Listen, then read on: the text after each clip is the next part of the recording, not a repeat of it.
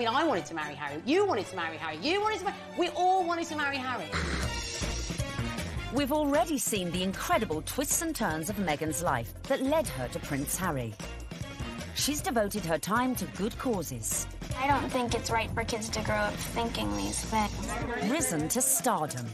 When she landed the role in Suits, Meghan became a legitimate, bona fide celebrity. And mix with the London set. She was sitting in the royal pretty much. She's like an arm's throw away from Middleton. We've charted the incredible journey that took her from the streets of LA. I'm a California girl, born and raised. All the way to the doors of Kensington Palace. It really has just been a fairy tale, hasn't it? She's won the heart of her prince. Harry, when did you know she was the one? Very first time we met. And got that ring on her finger. It was a true marriage of Hollywood royalty with British royalty. But it's still a long walk to the altar. And until she sails down that aisle, nothing is guaranteed. She verged on the political. The royals don't do that. All sorts of problems were coming Meghan's way. From disapproving family members... You are interested in helping those less fortunate than yourself. It really should begin at home. To fallout over the invite list. Have you got an invite to the royal wedding? Have I? Yeah. Not that I know. So how did Meghan take on her critics and ensure the path of love ran smoothly? She does what any of us would do. Hashtag ignore, ignore, ignore.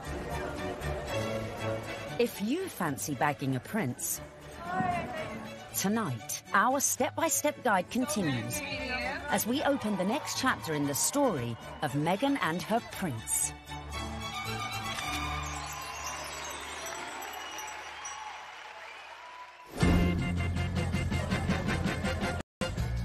Meghan and Harry were united in their passion for change. And in the months following their engagement, Meghan had thrown herself into charity, winning the hearts of the British public. It was clear from day one that she was like a duck to water. She is absolutely natural at this. Very engaging, very warm, lots of eye contact. Harry was showing off his new fiancée far and wide, and she charmed everyone from all walks of life, including those who walked on four legs. She even wore a matching coat for the occasion. You can see the American effect of Meghan Markle in every single photo call and every single walkabout. When Meghan goes on walkies with Harry, she's hugging people. In Nottingham, the couple visited charities that were close to Harry's mother's heart. You could see the pride in Prince Harry. I mean, it was a joy to watch. While back in London, a visit... Everyone is listening, and I'm in the same room as the royal couple right now. They actually shook my hand. I didn't expect that. I thought, you know, it would just be a distance. They were pretty cool. It was a real nice, good, feel-good factor. They should come more often. They really should.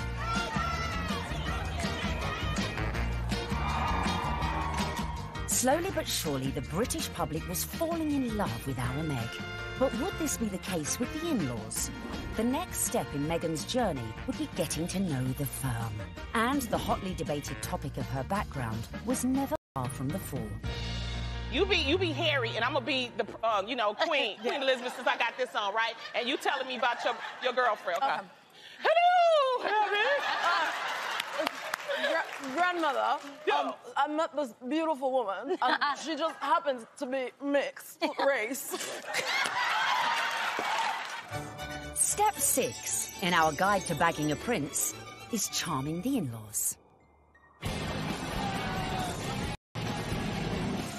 One of the things I found really amazing when I was charting this story was just how warmly welcomed Meghan had been into the royal fold right from the early stages. The early meetings with William and Kate and Charles and Camilla, they were very welcoming.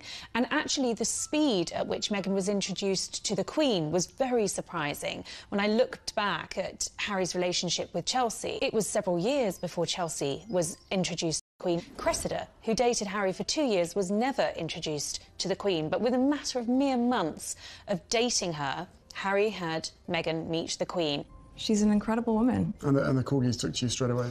That's true. In fact, Queenie was so impressed that mere weeks after the couple's engagement, she took the unprecedented move of inviting Meghan to spend Christmas in Norfolk at Sandringham, giving Meg the opportunity for a serious charm offensive. It was a tremendous with convention that the Queen invited Meghan, who was, after all, just a fiancée, to Sandringham, because normally it's just the wives and the husbands of members of the royal family who are allowed there. I was told that the Queen's feeling was this. She's preparing to give everything up for her grandson. Her career, her identity, her nationality, her home in Toronto, everything to be with Harry. And the Queen's feeling was the very least we can do is to make her welcome at Christmas. It does show that the Queen is walking in step with the change of the guard at Buckingham Palace. This would have been a far different Christmas to the one Meghan spent in LA the previous year, with the historic 20,000-acre estate playing host to all sorts of... Had to get a head around quite a few royal family traditions. They open their presents on Christmas Eve. The presents that they exchange aren't what you'd really expect for members of the royal family. They tend to share really jokey presents with one another. In America, you know, things will come beautifully wrapped and be quite extravagant. And this is the other end of the sphere. You're admired if you find somebody's given you an unusual spoon to stir cakes in or an unusual thing to keep your corgis in. Meghan would have to embrace all these funny little customs, and clearly she did. After spending the night in her unfamiliar surroundings, the bride-in-training faced her public in that most royal of festive traditions. The post-service walkabout at St Mary Magdalene Church. Well, the Sandringham Church photo is the timeline through history. You have a snapshot every year of those people closest to the throne. Now, often you're looking at a picture of a child who was barely able to walk perhaps a year ago, and suddenly they come out of the church. That image will change. In a few years' time, we'll have those couples and their children will be going to church. In a few more years' time, and you may not have the older generation. This year, of course, was Meghan's year. The presence of the royal fiancé drew crowds that were even bigger than usual. The world's media was also out in force, but it was a member of the public who would snap the photo that cemented just how much Meghan was in with the younger royal crowd. Unfortunately for all the photographers on the ground, they just didn't quite seem to get a clear shot, and in the end it came down to a member of the public, a lady called Karen Anvil. It was like a Mexican wave of cheers, so you knew they were coming. The photographers at the other end, and they just happened to look over. And I took one photo, that's the thing. I took one photo, and it was, yeah, the right one. When we saw that shot, it was an absolute no-brainer that it was going to be our cover shot, because it was the only one that had captured that moment, the four of them together. And, you know, it symbolised quite a lot in terms of the royal family and where they're going in future. So, yeah, I mean, we were delighted to use it on the cover. And just like that, the Fab Four were born. Clearly, Meghan was well and truly fitting into the royal club. Just like the Queen, it seems the rest of the family were equally charmed by Harry's beau from across the pond. Another tick for Meghan. William was longing to meet her, and so was Catherine. And Catherine's been absolutely wonderful, amazing, as is William as well. You know, fantastic support. And then my father as well. We had a handful of teas and meetings. She found herself a true fan in the Duke of Edinburgh, and he was apparently hugely impressed with how well-read Meghan was. Meghan was now in with the in-laws. But coming up, events were to turn increasingly tricky. Dealing with critics from near. I think she's trouble. Because of her background, I thought that she could, not would, but that she could be trouble. And far. I think the very fact that Samantha wanted to do a book called The Diary of Princess Pushy's Sister implies that maybe she was not over fond of her younger half-sister.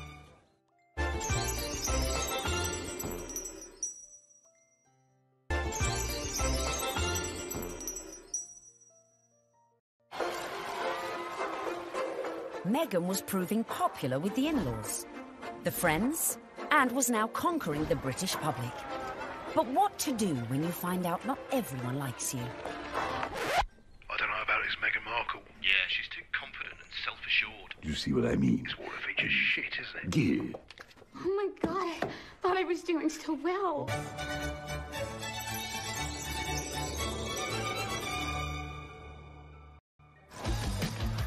When the news that Prince Harry was dating an American actress first came out, I think that the reaction amongst the British public especially was equal parts excited and disapproving, because she's not British. From the very moment Harry and Meghan's relationship had broken in 2016, much of the press inevitably had gone raking through Meghan's past. They made it sound as though she had grown up in like the slums of LA, like riddled with like gangsters and drugs. With some reports focusing on the breakup of her parents' marriage and her relationship with her half-siblings. Time is 7 minutes Harry past. didn't help matters when he went on to guest edit BBC Radio 4's Today programme. It started well. Morning. Very good to see you. He got some of his mates on the show, like this guy. Okay. Do I need the British accent? But if you start using long pauses between the answers, you're probably going to get it's the face. Let me see the face. Oh, okay. But during the course of the programme, Harry answered one question about Meghan. It was your future wife's first Christmas with the in-laws. How was it?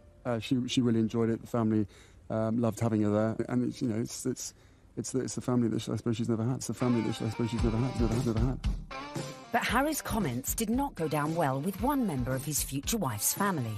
Meghan's half-sister Samantha was very cross with what Harry said on the Today programme about the family not being close or a normal family. Samantha tweeted that that was really not the case, and she defended their family as a normal family, a close family, a loving family, and didn't understand what Harry was talking about. A book called Diary of Princess Pushy's Sister. I think the very fact that Samantha wanted to do a book called The Diary of Princess Pushy's Sister implies that maybe she was not over fond of her younger half-sister and maybe is a little conflicted about Meghan's success. There's no bigger media vulture with this wedding than you, is there, Miss Markle? I mean, how you have the gall to come on here and talk about media vultures? You're doing a book called The Diary of Princess Pushy's Sister. You've been trashing her for 2 years, you little vulture. I've made it clear in several interviews that you can't judge a book by its cover, and similarly, you can't judge a book by its title. Samantha also criticised Meghan's charity work. If you are interested in helping those less fortunate than yourself, it really should begin at home. Could all this bad publicity derail the wedding? And just how should Meghan respond to this particularly barbed attack? The temptation must have been huge for Meghan to have responded to the critics, who were, of course, her family members. She kept a dignified silence. I mean, you've got to feel for Meghan. What would you do if your family were being an absolute nightmare? It is seriously embarrassing. So she does what any of us would do.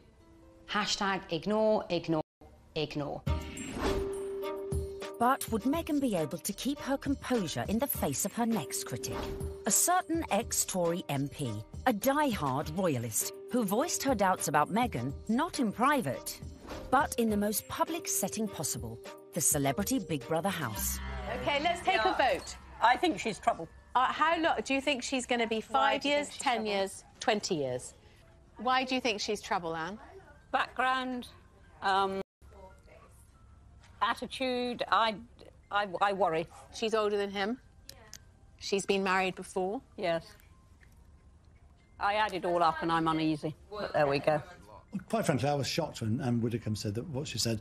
I mean, I've always thought that she was a sensible woman. She seems to be jumping to conclusions without looking at any evidence.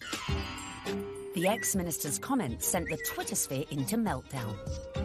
When I was on Big Brother, I was called every and every ist going. I was homophobic, xenophobic, racist, sexist, misogynist. Nothing I said could have been remotely construed as racist by any sensible observer. I mean, all I said was I thought that because of her background, and I was thinking of freewheeling Hollywood background, you know, former marriage, all the rest of it, that because of her background, I thought that she could, not would, but that she could be trouble. She had, I think, the older generation's view of this is an outsider, a foreigner coming into a very British world. The thing that all of us have to do is adapt. We're in the here and now. Embrace. But one woman who was not prepared to embrace was Jo Marnie, girlfriend of then UKIP leader Henry Bolton, who sent a series of racist texts. Even then, Meghan kept quiet. The royals' mantra is often put up, shut up. You Can't be seen to always answer back. You do have to put up at points. So actually her approach, maintaining that dignified silence, not justifying or even giving any credence to these claims, some of which were really quite unpleasant, well, it was a very royal approach to things. Look, Meghan is showing the makings of a true princess. You've got to have that decorum. You've got to, on some occasions, actually, you know, keep silent and pick your battles. Even more flack came Meghan's way when she took to the stage with her potential prince, his brother and Kate at the Royal Foundation in February 2018. People say, well, you're helping women find their voices. And I fundamentally disagree with that because women don't need to find a voice. They have a voice, they need to feel empowered to use it, and people need to be encouraged to listen. And I think there is no better time than to really continue to shine a light on women feeling empowered and people really helping to support them. She verged on the political when she was talking about women's empowerment, and it was all a bit Me Too-ish. The royals don't do that. And indeed, the day that the royals start engaging in political causes is the day you get a lot of controversy. There is a very good reason why the royals stay off politics, and it's to avoid precisely that.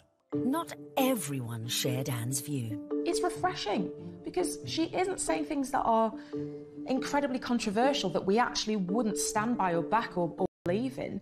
These are really important points, important issues that she's raising, especially when she's touching on feminism. But was Meghan risking her relationship with the royals and the public? She's clever. She's using her voice in a good way, and she has actually been backed by the palace. But still the criticism came, and the palace had to release a statement defending her. Was this one step too far?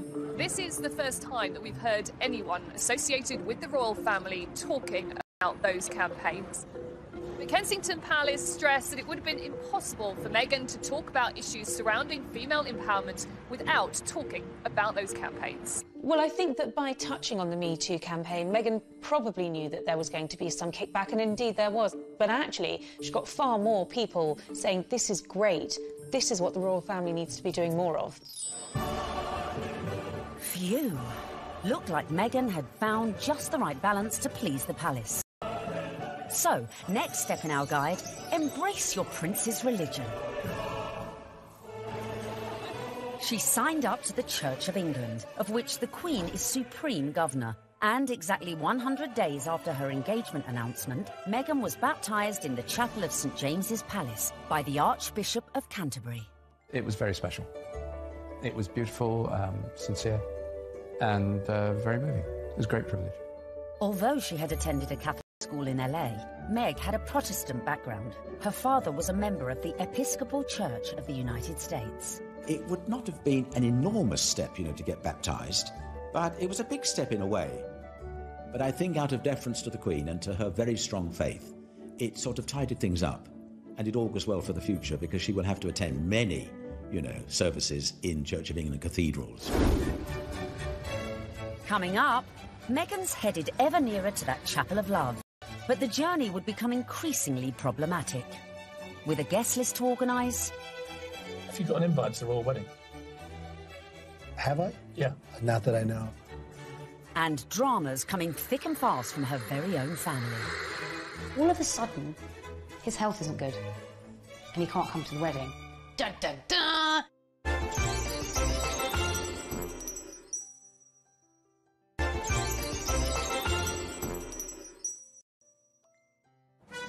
Welcome back, where we find Meghan almost at the final furlong of her romantic journey. But managing your wedding carefully was not to prove so easy for our Meg. First hurdle, the date. The wedding of Prince Harry to Meghan Markle. The date, the 19th of May, 2018. Recent royal weddings had all been held on weekdays, but not this one. I think that they thought, we want people to enjoy this, so why not do it on a Saturday? And if you think about most weddings that you and I go to, they're at the weekend. So why wouldn't you follow suit?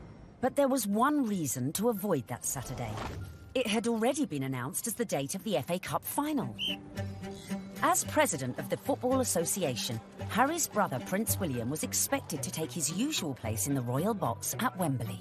And millions more were looking forward to watching the game on TV. I think my wife would probably want to see the wedding. So what I'll probably do, I'll probably leave her on her own, maybe with some of her friends. I'll go somewhere else where like-minded people want to watch their FA Cup final. I would so prefer to watch a royal wedding, not interested in football. Harry and Meghan solved the problem for TV viewers. They announced that their ceremony would begin at noon, several hours earlier than kick-off time. But Wills decided to avoid the fixture clash altogether. Next hurdle, the tricky protocol of who to invite to the royal wedding. Have you got an invite to the royal wedding? Have I? Yeah. Not that I know of. Would you like to go? I want them to be happy. I really want them to be happy. They look like a lovely couple. Meghan Markle did say you were a divisive misogynist. Well, I still hope they're happy. It was a source of quite a lot of amusement for comedians in the US who like to take every opportunity they can to poke fun at him. So Donald Trump is mad because Prince Harry didn't invite him to the wedding, to the royal wedding over there in England. I don't even know why. I don't know why you mad. You shouldn't even be surprised, Donald. Don't nobody like you. The apparent decision to snub the US president may have been a source of jokes for comedians. But according to some sections of the media, it was also a potential embarrassment for the Queen. Could this dash all Meghan's good work? Especially in light of reports that the couple had invited Trump's predecessor, Barack Obama, a friend to them both. But as Harry and Meghan's wedding was a non-state event, that meant the couple could pretty much invite whoever they wanted. This is not a state occasion, this wedding. He can invite his friends and Meghan's friends. He doesn't have to invite Trump. It's as simple as that. So the date was set, the invites were out, the corgis were brushed, and all was looking rosy for the big day, and for Meghan to finally become Mrs. Prince Harry. Until... That week lead up to the wedding was like watching an episode of EastEnders. It was an extraordinary week, completely overshadowed by the debacle over Mr. Markle. We were told that Thomas Markle would be walking his daughter down the aisle. In fact, a story that broke the weekend before in the Mail on Sunday undid all of that. Thomas Markle was revealed to have been staging fake pictures for the press to bolster his image pre-wedding for the reported sum of $100,000. First of all, the pictures are leaked. Her dad is posing for pictures with paparazzi. Such was the embarrassment Mr. Markle felt he'd caused to his daughter that at the 11th hour he pulled out of the wedding.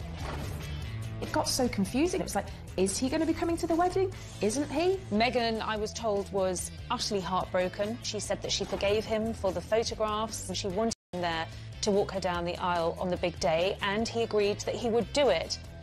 Until, all of a sudden, his health isn't good and he can't come to the wedding. Dun, dun, dun. Thomas Markle said he felt that the heart attack had probably been brought about by his son to getting out of this wedding, and that his sister was nothing but trouble. The whole of the country was talking about this. What is going to happen? And then finally, we had a statement. It was a roller coaster of emotions. In fact, prompted Meghan to issue her very first solo public statement. And very tellingly, that statement began with the word "sadly." Must have been really difficult, because in the end, you know, it was announced that her father wasn't be coming. Added to that, parts of the family just descended en masse without an invitation. Former sister-in-law Tracy Dooley, that's ex-wife of the half-brother who just trashed Meghan in a letter, jetted into Heathrow with sons Tyler and Thomas, plus a shed-load of baggage, in every sense. There's more likelihood that I would have got an invite. They turn up, got all the suitcases, you see them having their pictures taken in the airport, you're thinking, what is going on here? Because apparently they either think they're going to get a last-minute, you know, somebody cancelled, you can come to the wedding now, or they're just going to make money off the British media and do loads of interviews. It's all about the... Be a pretty exclusive event. Right. So, I mean, if they feel like they would like to invite us, we'd be honored, and if not, we're going to be cheering her on and Totally supporting her no matter what. And then on top of all of this, Meghan has to find out that her nephew Tyler is growing cannabis and has even called his special batch the Markle Sparkle. I mean, it was just disastrous from start to finish, and I think actually everyone, not just Meghan, was pleased when they packed their bags and went right back to where they came from. Cue an epic sigh of relief at the palace. Despite all these problems, the wedding stayed on track, which brings us nicely to step 11.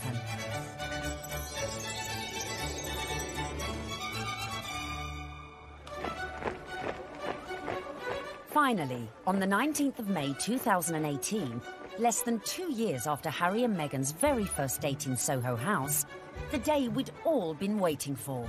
The world tuned in for the fairy tale wedding of the century.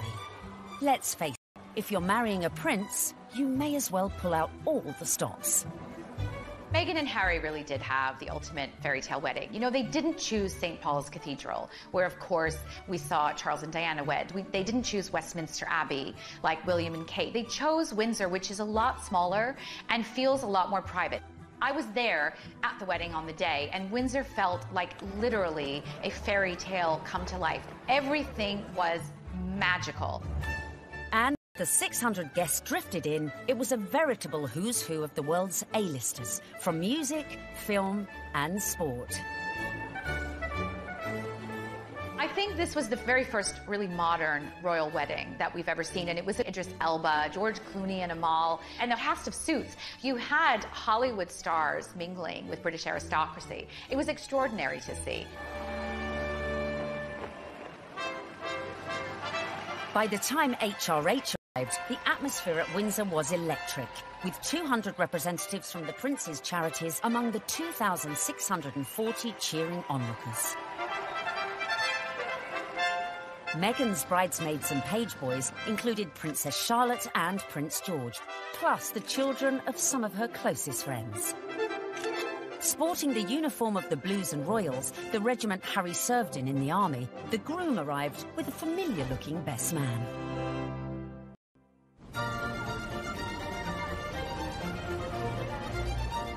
Right on cue, Meghan arrived with Mum Doria in the Queen's Rolls-Royce Phantom 4.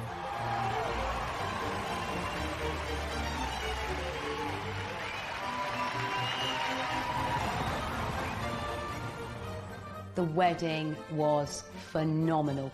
The wedding was amazing. I mean, we all wanted to see what she was wearing. And we weren't disappointed when Meghan stepped out in a Givenchy dress with a veil featuring flora and fauna from 53 Commonwealth countries. Topped off with her something borrowed from the Queen, Queen Mary's diamond bandeau tiara.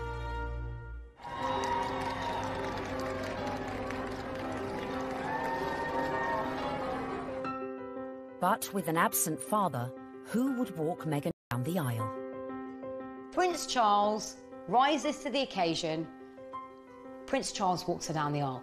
It's amazing. Hashtag the power of love. Hashtag love survives. When you saw it on the day, it felt like the right thing to do. It was a wonderful way of Charles saying, welcome to the family, and actually of Meghan showing the world just how close she already is to her father-in-law. Meghan had successfully won over her in-laws, and here it was on display for all the world to see.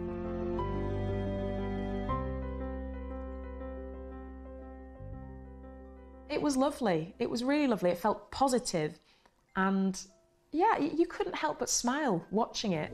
When the night has come. So, not only had Meghan married a prince, but she had ensured that their wedding would be one that the British public would never forget. And neither would the 60 million who tuned in from around the globe. No, I won't. Courtiers to expect some surprises, but I don't think anyone expected quite what we saw, listening to that incredible gospel choir, which was a beautiful touch and a wonderful nod to Meghan's dual heritage.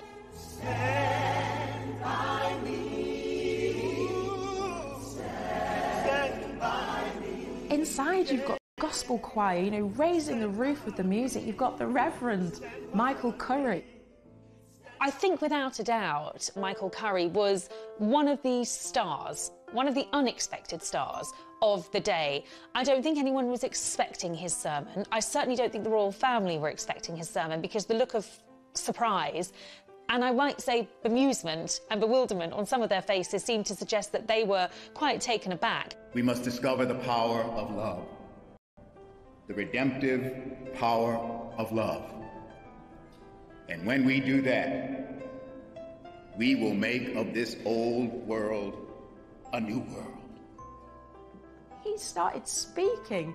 He just had everybody on the edge of their seats, whether you were there or you were watching it on the television. The room felt alive. I don't think St George's Chapel has ever heard such an effusive address or heard Martin Luther King quoted in that way. There's power in love. Don't underestimate it. Don't even over-sentimentalize it.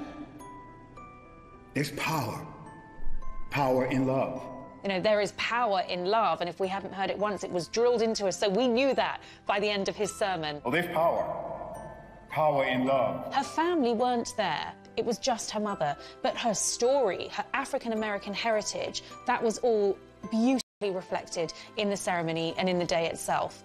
All these things that are really very Meghan just made you realise how much more the world is coming together. It was poignant, powerful stuff. Meghan, I give you this ring. Meghan, I give you this ring. As a sign of our marriage. As a sign of our marriage. By the joining of hands and by the giving and receiving of rings. I therefore proclaim that they are husband and wife. She'd done it. She'd got the ring and she'd married her prince. Watching that wedding, you know, even if you're not a royalist and you're not a romantic, you really couldn't help but be taken in by it because it was two people that actually seemed like they were really in love, which on any level is just so nice to see.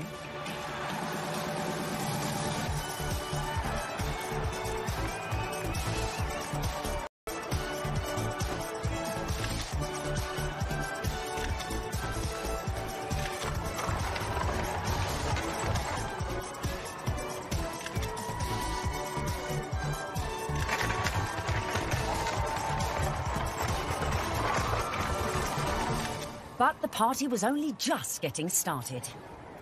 Serena Williams playing beer pong. I bet she aced it.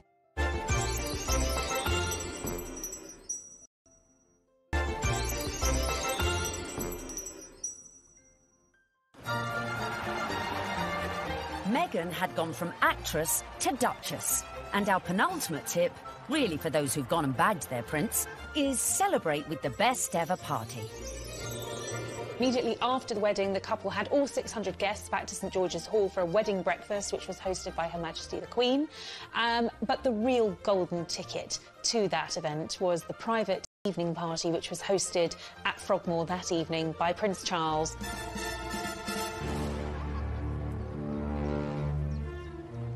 We saw, of course, Meghan's dress for the after party, which was by Stella McCartney. She looked glamorous. Harry looked like James Bond walking out of the palace to get into their vintage Jaguar. This was a very modern, sexy, gorgeous couple. We saw the couple speed away in that beautiful blue E-Type Jaguar. Meghan resplendent, it has to be said. Harry looking more James Bond than Prince Harry.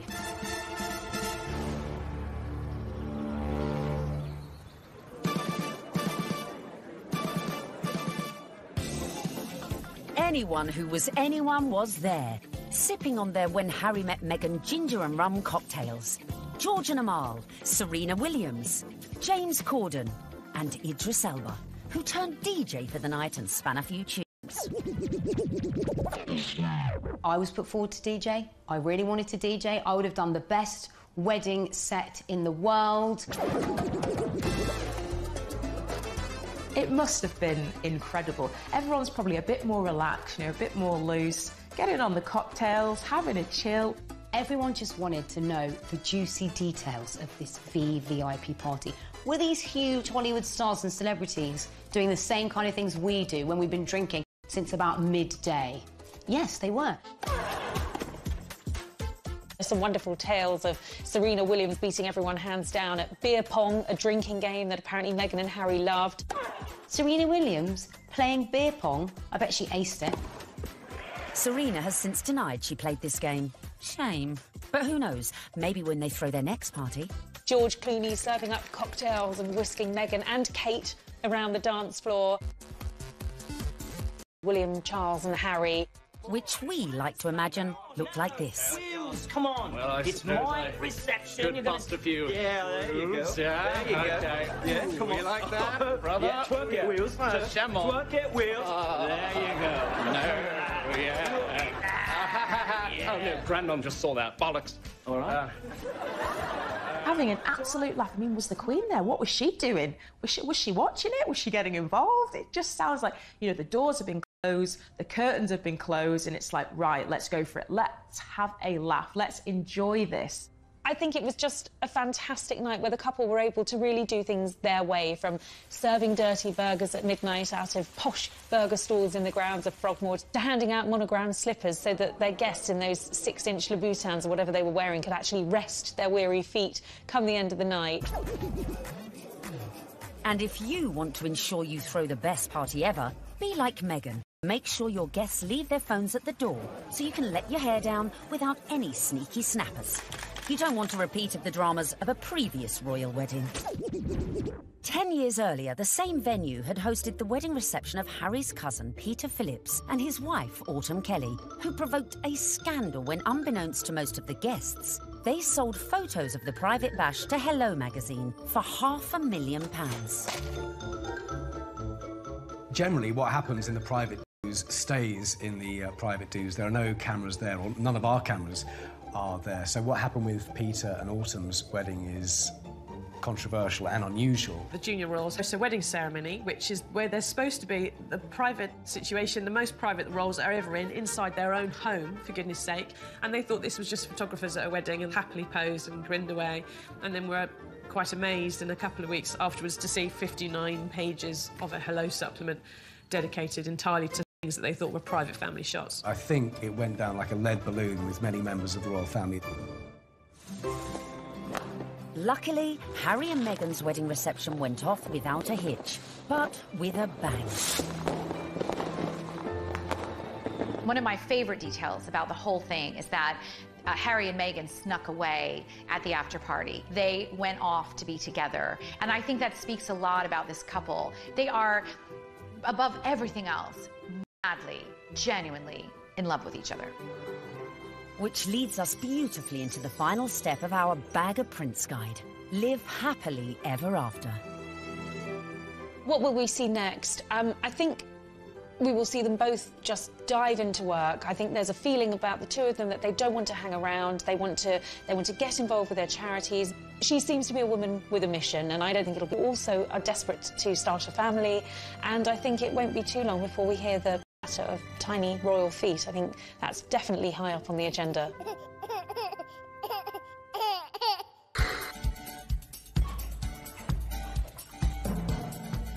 So there you have it. From being born into showbiz, to getting famous, to moving countries. Making moves in royal circles, charming the in-laws, and staying silent in the face of criticism. Meghan Markle might not have set out to bag a prince, but follow her lead, and maybe you could do it too. It was the ultimate American dream, because hers was a bit of a rags to riches story, and her journey from the leafy suburbs of LA to Toronto to Kensington Palace to St George's Chapel has been a monumental, epic and frankly incredible story. It's so good to meet you. She's a modern woman. This is how we all live, you know, from mixed race families, you know, interracial marriages, coming from different countries. That is what society is about now.